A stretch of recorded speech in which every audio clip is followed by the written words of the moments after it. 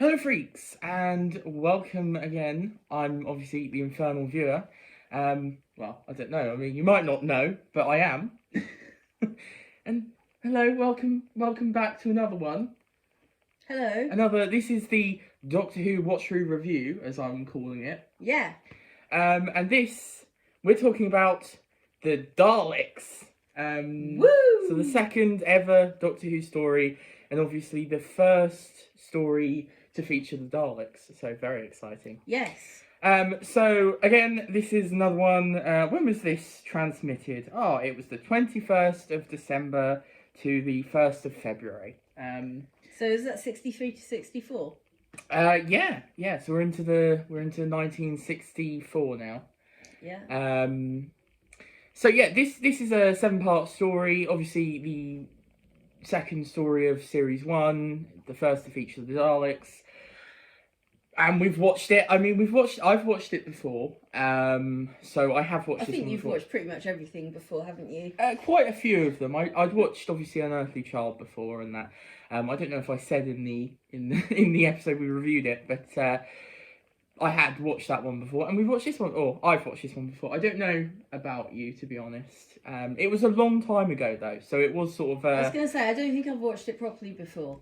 I'd sort of the first time I properly watched this was quite a while ago, so this is my second sort of proper watch through. But I remembered it quite well. So let's talk about it anyway. So it's, like I say, 7 parts. It's a bit long. I think really, it could have been cut down, but obviously it couldn't at the time. You got how many other episodes you needed to fill. There was no way of just sort of cutting down or anything.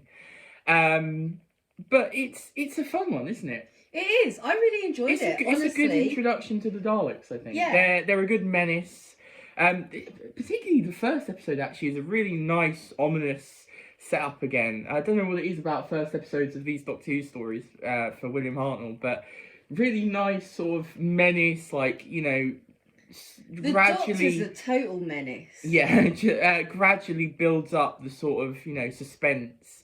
And obviously the cliffhanger is great with the plunger coming towards. Yeah, I love Barbara. that because you don't actually get to see what it is to start with, No. and it's like, well, you got to tune in next week if you want.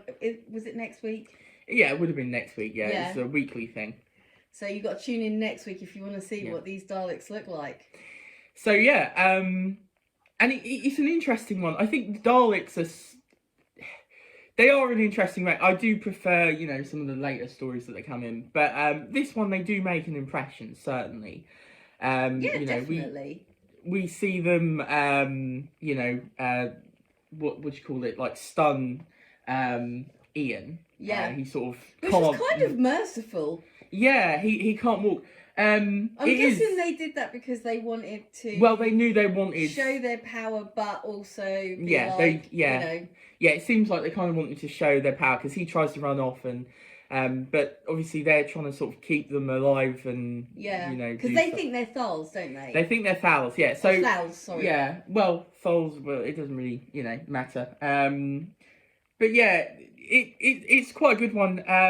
You sort of have, so the first 4 parts are sort of the Doctor and companions trapped in, well, episode 2, 3 and 4 really are them trapped in like a prison cell trying to escape from the Daleks, and then 5, 6 and 7 is sort of them trying to go back and basically get the fluid link, but also take on the Daleks and stop them, sort of thing, with the Thals, who are pacifists. I mean, total irony of being that they didn't actually need the fluid link to be repaired to begin with, but then they lost it, so they needed to get it back. It is quite funny.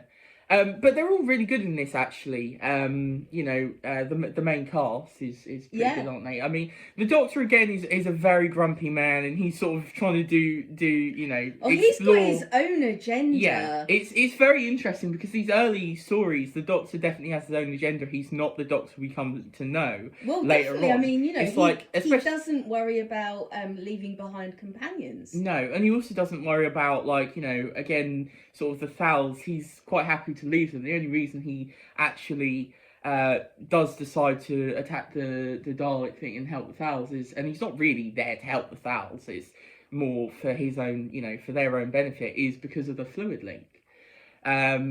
So it's an interesting, depiction to start off with, especially because Ian really is the hero figure. Yeah, definitely. He's the one who's saying, "Look, come on." The action hero, the hero figure, and the Doctor he is really kind comes of the into his own, because at the start of it, he is a little bit of a liability, falling over and getting stunned. But no, he's a good character. Like I said, the last one, Barbara and Ian are really good, and they do have some great chemistry. I didn't do that last time, and I realised it made quite a good joke. He's like the chemistry teacher. Yeah. Chemistry teacher, So no, they do have really good chemistry though, and but this one is interesting obviously as well, because we sort of get to see Susan coming into her own as well, which is quite nice, because she is the sort of grandfather, all of that sort of stuff, and screaming and always sort of scared. And in this episode, she actually has to brave that fear, doesn't she? Yeah, she has to dig deep, because it's not an easy thing to do. It's scary going out there on your own. I mean, she's only 15. She's supposed to be only 15, so Yeah, exactly. So the story itself and like how it progresses, it's got a pretty good pace. I'd say my main the episode that really brings it down, I think, is the Caverns episode. It's quite a slow. What's it called? Oh my god, I've forgotten what it's called now. The Ordeal. The Ordeal. Which is episode 6. I thought it was quite funny that it was called The Ordeal, and you're saying that's the one episode where you're like, oh, this is an ordeal to get through. It is. It really. It's that sort of episode where because I know a lot of people sort of say, oh, it's 5 and 6 are sort of the slower ones.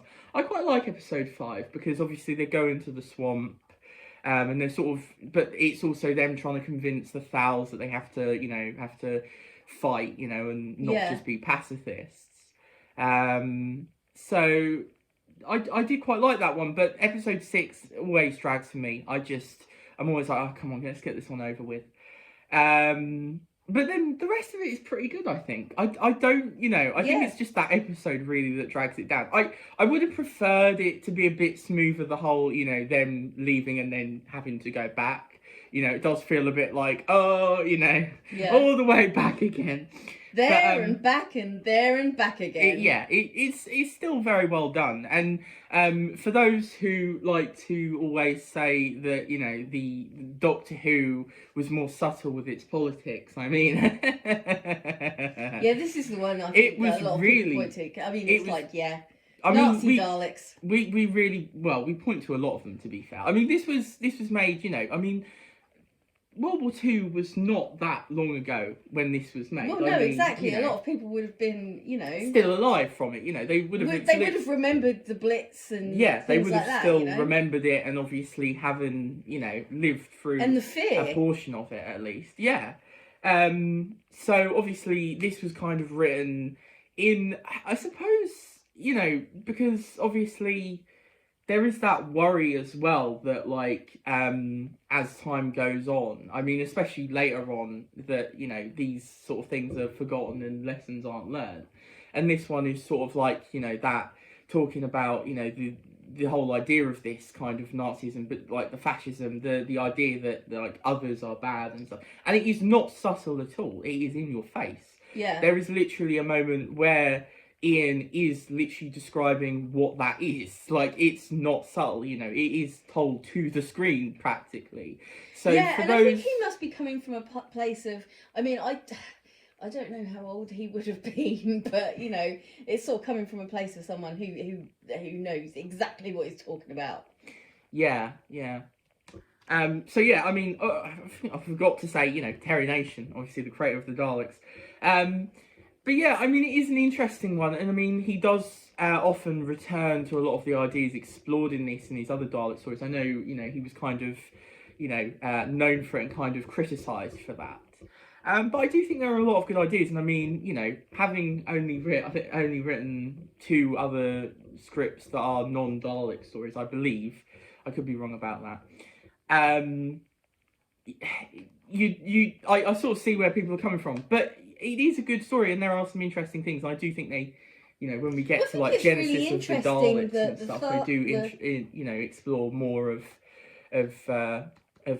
these sort of ideas. I mean, that one is very blatant with its sort of yeah. I think it's interesting though how they, because obviously the cells have been left outside and they've had to adapt themselves. Yeah. And the Daleks have sort of gone underground and they have adapted themselves as well. But also, I mean, they've become, like radiation is then something that they need. Yeah, apparently. exactly. And I didn't realise that. I was like, whoa. Yeah, I mean, obviously that changes, obviously, because in this story they can only live in the city, and I know some people are like, oh, it's not, but I think it's an interesting one, because obviously for a first story, and obviously they did not know the Daleks would be coming back at this point, so this is like a full loaded story of, these are all my ideas for the Daleks, which is why I think some of the later ones do sort of suffer, but it is really well done,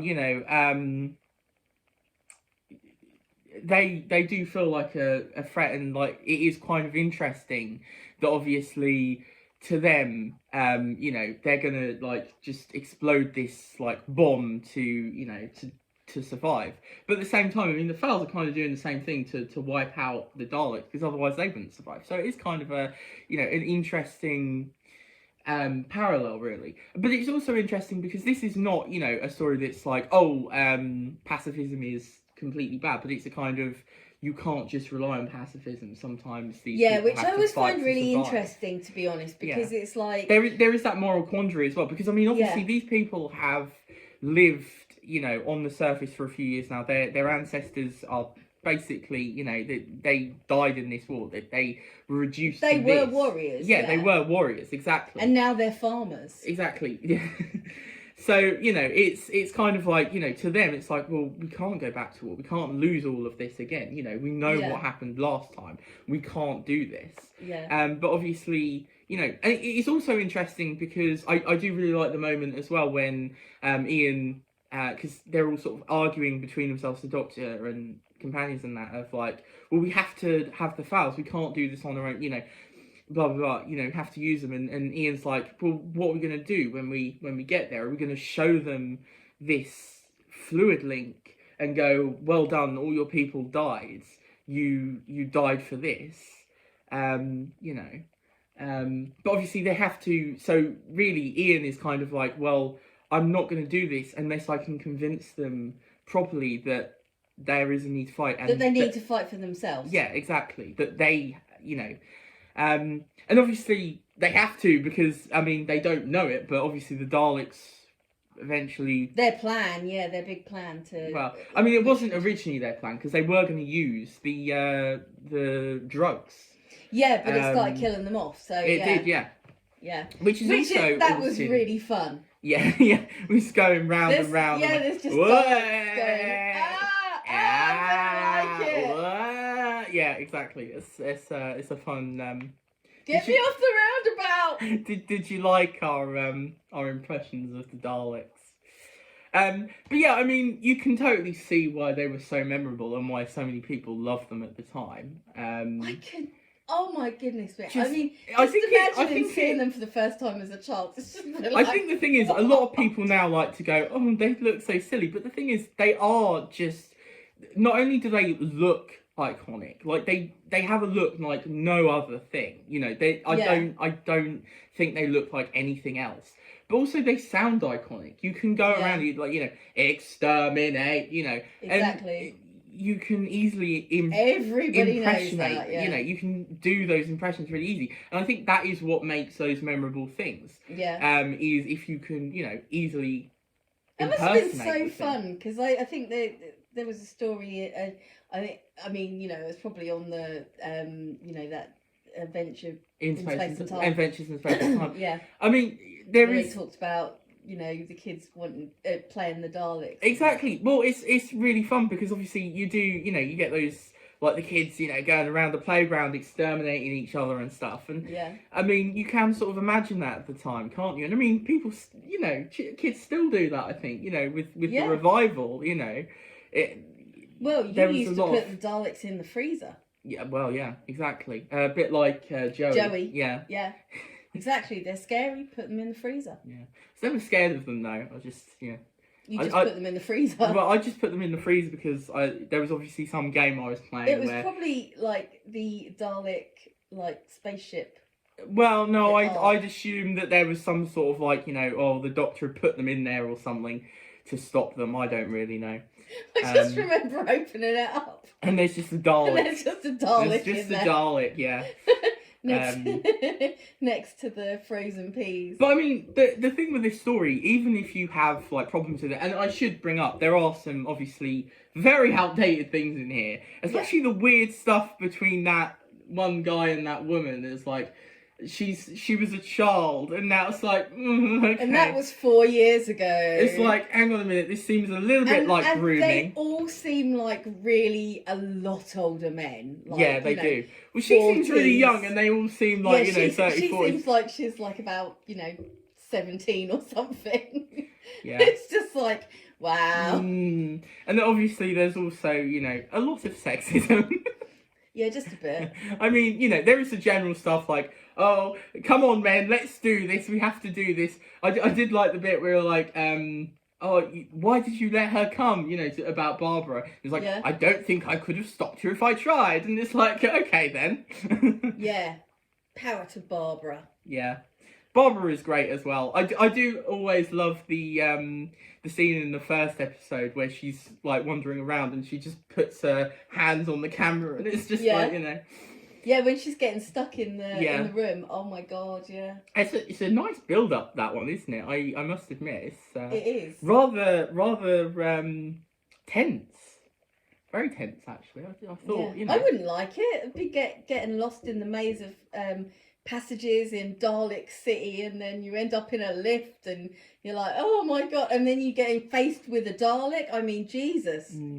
Actually, the first shot of the Daleks when they first stumble upon them is really good as well, where it just pulls out and there's just loads of Daleks there. Yeah.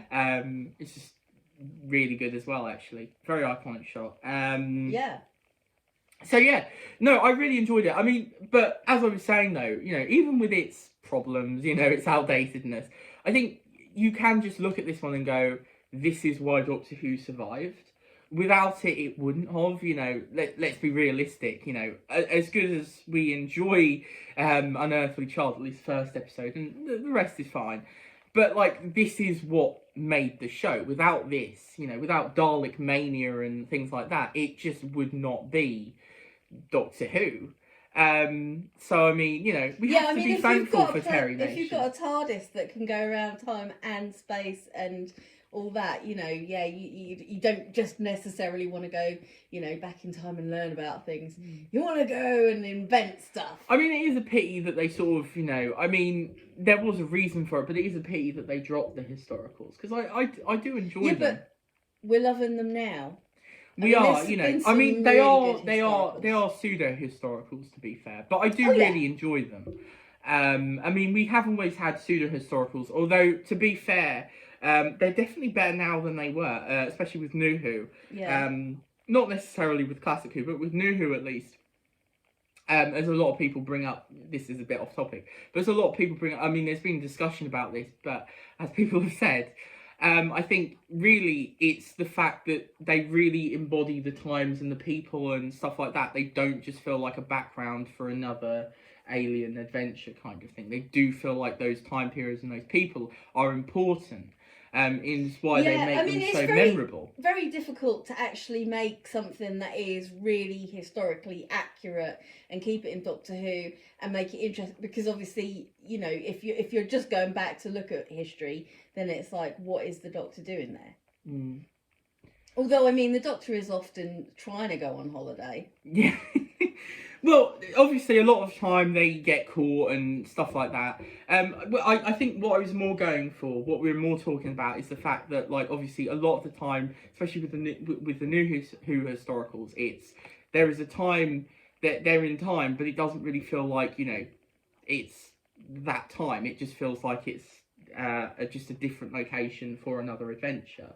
Whereas it really does feel like they embody those time periods and those people, totally. which is, I think, is what people are sort of getting up with those things, rather than like, oh, how can you do like the time. I think it's more the fact that like it doesn't really feel like the time period itself is important in a lot of the other ones. You know, especially Moth era. I mean, Russell T Davies as well had that problem, I think, you know. I think Fires of Pompeii is the closest I come to sort of saying one of those really works. But then, you know, maybe when I revisit them, I'll have different opinions. I don't know. But yeah, no. Really good story. I enjoyed it. It's fun. I definitely prefer later Dalek stories, but it's a good opener, and you can totally see why this, you know, paves the way for the rest of it. Like I didn't remember it. If I have watched it before. No, I don't think you have, but I've got a terrible memory.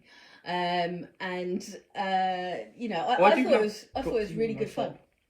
Yeah. There you go. Look, Doctor on the top. Just you know, in case you were wondering, what the blue top was. You know, I am dressed for the occasion. Yeah. So. Chrissy Prezi. Yeah, you didn't. Okay. No, not from me. No. I wasn't saying it was from you. I was saying you didn't get the in joke. Okay. Oh, never sorry. mind. What was that? No. It doesn't matter. No. Okay. So. I missed it. Oh, damn it. So, that is another review. That is another review for Classic Who story. Moving on then. So we go to a 2-part in Edge of Destruction. A 2-parter? After a 7-parter? Yes. My God. And it's a very interesting one. It sort of ends the little beginnings arc that we have. So I'm very excited to talk about it. I do rather enjoy it, and it'll be new to you as well. Yeah. Yeah. Ooh, you will be joining me. You won't be joining me for absolutely every one of these, but you know. I'm enjoying it so far though, because I'm really intrigued to know where and when the Doctor changed, and you know how, and you know, I mean obviously with like, you know, regenerating and stuff, I know that, but yeah. You know. Anyway then, that is another Doctor Who watch through review. So obviously hit the like button and subscribe and all those other things, you know, as we like to say in the biz. And click the bell. Ding, also, ding. You know, tell us down below in the comment section what you thought, what you think of this one. You know, how you like it. Yes, or I forgot to say that in the first episode, but we do want some comments. We do want some opinions and stuff. What? I'm scared now. Why are you scared? No, just, you know. Okay. Be nice. Yes, be nice. No, I was just We don't saying, mind if you disagree, but just be nice about it. Yeah. All polite conversation down below. Yeah. But also, I will link in the description for the podcast, Blathering On Podcast, which I always talk about. But I do it with Mum here, and we talk about all sorts of TV, films, and books. And then lots of Farscape. Yes, and lots of Farscape. And also, obviously, Twitter, which is both for the podcast, I mean, mainly for the podcast, but for the channel as well. And it's at Blathering Pod, and I will link it down below as well, as I usually do. I think that is all. As far as I'm aware. Yes. Okay. Goodbye, folks. Until the next time.